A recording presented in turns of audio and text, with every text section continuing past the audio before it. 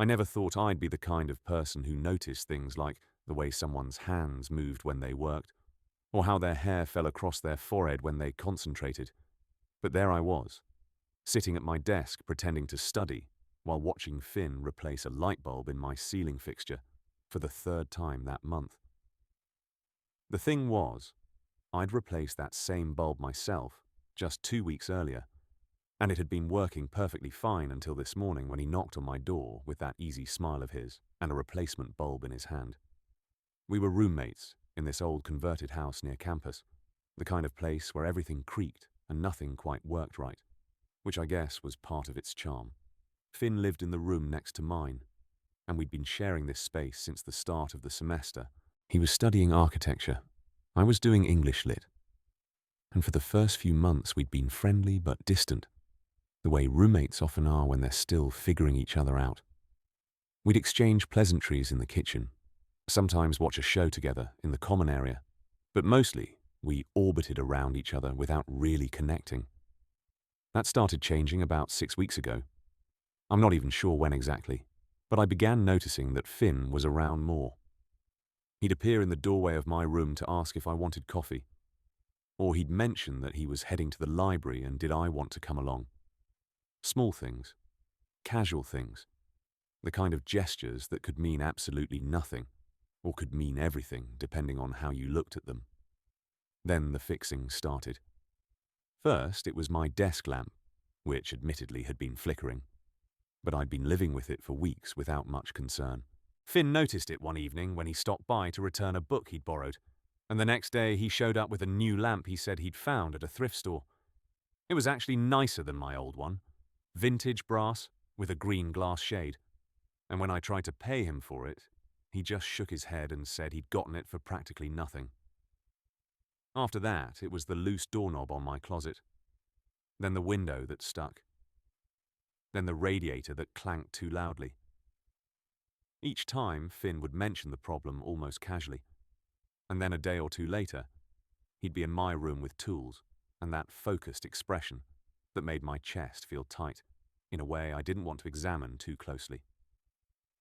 I'd catch myself watching him while he worked, the way his shoulders moved under his t-shirt when he reached up to adjust something, the small furrow that appeared between his eyebrows when he was concentrating, the habit he had of biting his lower lip when he was trying to figure something out. These weren't things I should have been noticing, or at least they weren't things I'd ever noticed about anyone before. Certainly not about a guy. And definitely not about my roommate. I'd dated a few girls in high school and my first year of college. Nothing serious. Nothing that lasted more than a few months. And if I was being honest with myself, nothing that ever felt quite right in a way I could articulate.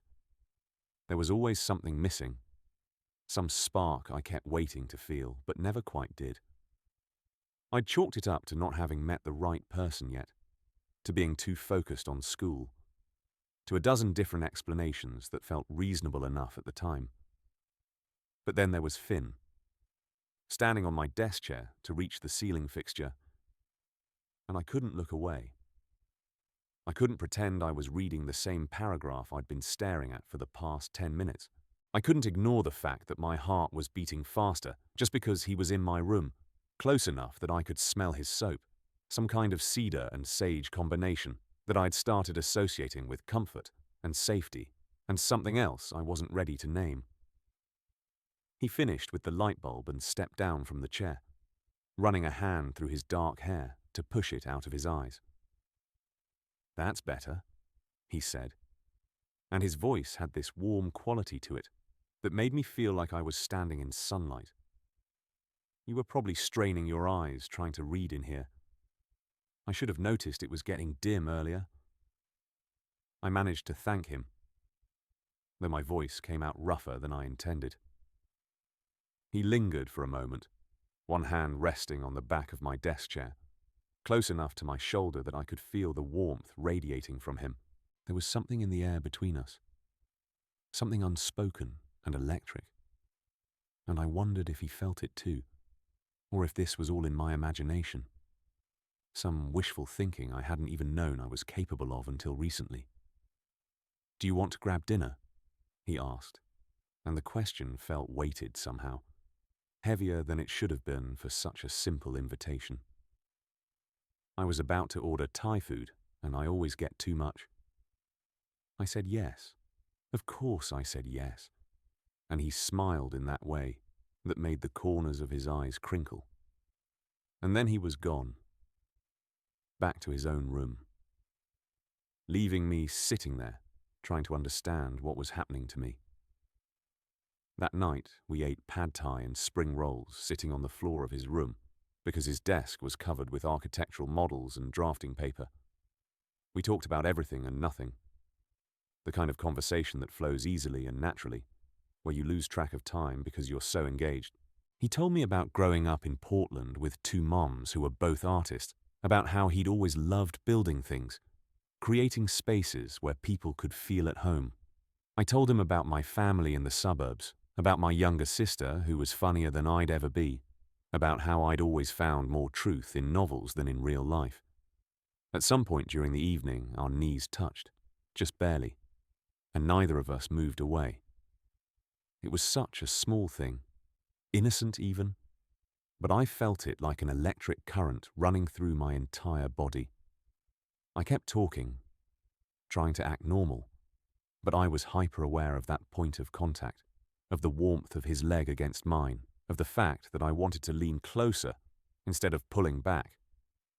When I finally went back to my room around midnight, I lay in bed staring at the ceiling, at the new light bulb Finn had installed, and I let myself think the thoughts I'd been avoiding for weeks.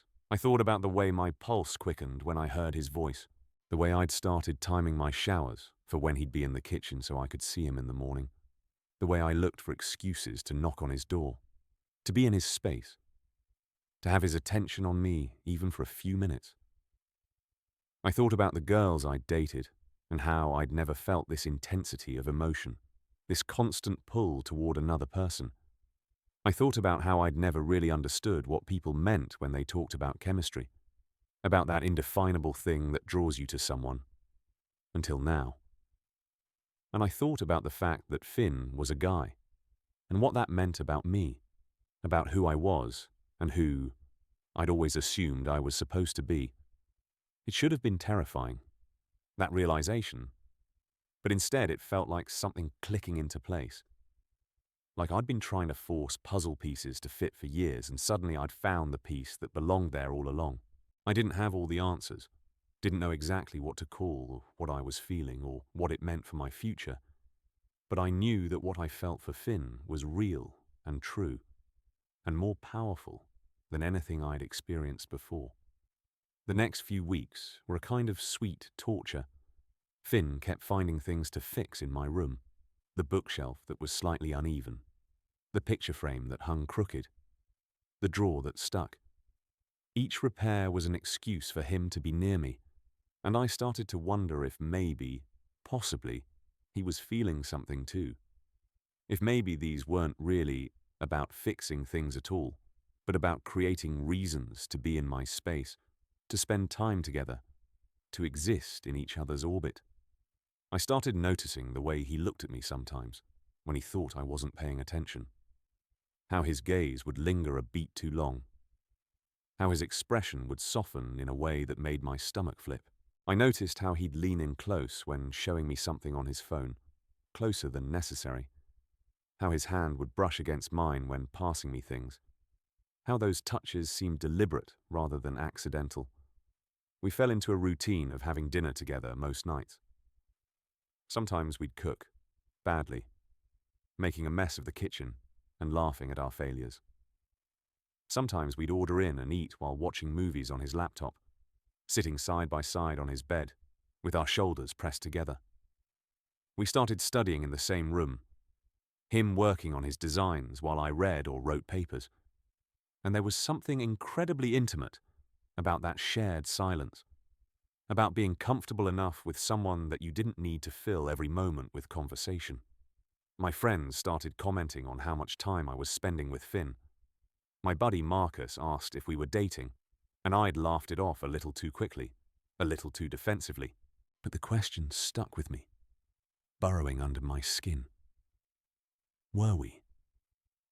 What were we doing? Was I reading too much into friendly gestures? Or was there really something here? The uncertainty was killing me. I'd lie awake at night running through our interactions like I was analysing a text for class, looking for subtext and meaning in every word and gesture. Did it mean something when he brought me coffee, without me asking, made exactly the way I liked it? Was it significant that he'd started wearing the cologne I'd mentioned liking? What about the way he'd defended me when another housemate made a joke at my expense? Or how he always saved me a seat when we met up with the larger group? I wanted to ask him. Wanted to just put the question out there and get an answer, but I was terrified. Terrified of being wrong. Of making things awkward. Of losing whatever it was we had. Even if I didn't fully understand what that was. Terrified of what it would mean if I was right, if he did feel the same way. Because that would require me to fully confront and accept things about myself I was still processing. Everything came to a head on a Friday night in early November. There was a party happening a few blocks away, the kind of crowded, loud gathering that I normally would have enjoyed. But that night, I couldn't focus on anything except the fact that Finn was across the room talking to a guy I didn't recognize. They were standing close, laughing, and I felt something ugly and unfamiliar twist in my chest. Jealousy. I was jealous, and the intensity of it shocked me. I left the party without saying goodbye, walked home in the cold autumn air, trying to clear my head. I was angry at myself for caring so much, for letting myself get to this point, without having any clarity about what Finn felt or wanted. I was frustrated by my own cowardice, my inability to just ask the question that had been burning in my mind for weeks. When I got back to the house, I went straight to my room and sat on the edge of my bed, still wearing my jacket, trying to figure out what to do with all these feelings that felt too big for my body to contain. That's when I heard the knock on my door. It was Finn. Of course it was Finn, looking concerned and a little out of breath like he'd hurried after me. "You left," he said, and there was something in his voice, something almost hurt. I turned around and you were just gone. I didn't know what to say, so I said nothing. Just looked at him standing in my doorway, backlit by the hallway light. He stepped inside and closed the door behind him, and suddenly, the room felt very small. The air charged with something I couldn't name. "Did I do something?" he asked, and he sounded genuinely worried. "You've been weird all night, and I thought maybe I'd upset you somehow." "No," I said, but my voice cracked on the word. "You didn't do anything wrong." "Then what is it?" he asked, moving closer, and I could see the concern in his eyes, the way he was studying my face like he was trying to solve a problem. "Talk to me, please. I hate seeing you like this." And maybe it was the emotion in his voice, or the fact that I was tired of pretending, or the jealousy still burning in my chest. But suddenly the words were tumbling out before I could stop them. "I saw you with that guy at the party," I said. "You two looked like you were having a great time, and I couldn't stand there and watch it."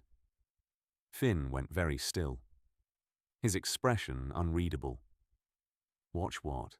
he asked quietly. "Watch you flirt with someone else," I said. And even as I said it, I realized how ridiculous I sounded, how I had no right to feel possessive over someone who wasn't mine. Watch you smile at him, the way you smile at me, and pretend like it didn't make me feel like my chest was being crushed. The silence that followed felt endless. Finn was staring at me with an expression I couldn't read, and I wanted to take it all back. Wanted to rewind the last 2 minutes and keep my mouth shut. I was about to apologize, to try to laugh it off as some kind of joke when he spoke. "That was my cousin," he said, and despite the seriousness of the moment, there was a hint of amusement in his voice. "Jake." He just moved to the city and I was telling him about the architecture program here. I barely talked to anyone else all night because I was too busy watching you.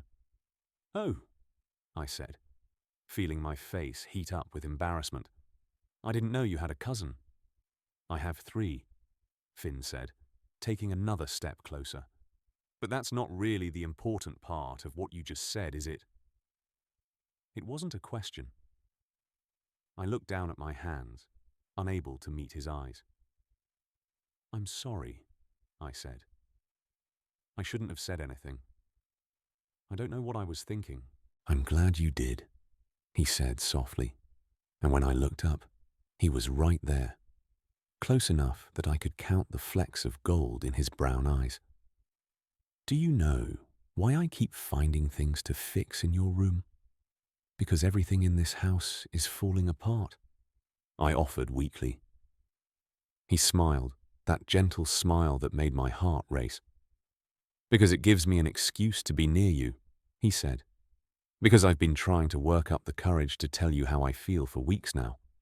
But every time I think I'm ready, I lose my nerve. So instead, I fix your light bulbs and adjust your shelves and hope that maybe you'll figure out what I'm too scared to say. What are you scared to say? I asked. Even though I thought I knew, even though I needed to hear it anyway. That I think about you constantly, he said, his voice low and honest. That you're the first person I want to talk to when something good happens, and the only person I want around when things are hard. That somewhere along the way, you stopped being just my roommate and became the person I'm falling in love with. My breath caught in my throat. The room felt like it was spinning. Or maybe I couldn't tell. All I knew was that Finn was looking at me with such open vulnerability, such raw honesty, and I'd never wanted anything more than I wanted to close the distance between us. I'm terrified, I admitted. I've never felt this way about anyone before, and I don't know what I'm doing, and I'm probably going to mess this up somehow. We'll figure it out together, he said, reaching up to cup my face with his hand, his thumb brushing across my cheekbone. If you want to. If this is something you want. I've never wanted anything more, I said. And it was the truest thing I'd ever spoken. He kissed me then, soft and gentle, like he was afraid I might break or disappear. His lips were warm against mine, and everything else fell away. All the fear and uncertainty and confusion. Until there was just this. Just us. Just the feeling of finally being exactly where I was supposed to be.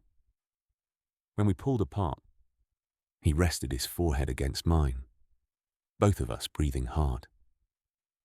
I've wanted to do that for so long, he whispered. Me too, I said, even though I'd only recently let myself acknowledge that want. I think maybe I've wanted it longer than I realized. We stayed like that for a long moment, holding each other, and I felt something settle in my chest, some fundamental piece of myself that had been restless and searching, finally finding peace. This was who I was. This was what I'd been missing. Not the right girl, but this man. This kind, patient, beautiful man who'd been showing me how he felt in a dozen small ways while I'd been too afraid to see it. We talked for hours that night, curled up together on my bed, sharing our fears and hopes and the stories we'd been too nervous to tell before. Finn told me about his first crush on a boy in middle school, about coming out to his mom's when he was 15, about the relationships he'd had, and how none of them had felt quite right until me. I told him about my confusion, about the girls I'd dated while feeling like I was performing a role, about the fear of disappointing my parents and not living up to who they expected me to be. Your parents want you to be happy, he said, running his fingers through my hair in a way that made me want to purr like a cat. And if they love you, They'll understand that your happiness looks different than what they imagined. I knew he was probably right, but the thought of having those conversations still made my stomach churn with anxiety. One thing at a time, I said. Right now, I just want to be here with you. I can work with that, he said, and kissed me again. Deeper this time. More confident. Over the following weeks, we settled into our new reality. To the outside world, not much had changed. We still had dinner together most nights, still studied in comfortable silence, still fixed things around the house. But now there were stolen kisses in the kitchen when our other housemates weren't around. Now I could reach for his hand when we walked to campus together. Now I could fall asleep with my head on his chest, listening to his heartbeat, feeling safer and more content than I'd ever felt before. I came out to my sister first, over video chat one Sunday afternoon while Finn was at the library. She was quiet for a moment after I told her, and in that silence I felt every fear I'd been harboring rise up in my throat. Then she smiled, this huge, genuine smile, and said she was happy for me. That she'd always known I was a little different but hadn't wanted to push. She asked about Finn. And I found myself talking about him the way I'd never talked about anyone before, with this lightness and joy that must have been written all over my face. My parents were harder. I told them over winter break, sitting in our living room with Finn waiting back at the house we shared, ready to talk on the phone if I needed support. My mum cried, which I'd expected, but they were complicated tears, a mix of surprise and adjustment and love.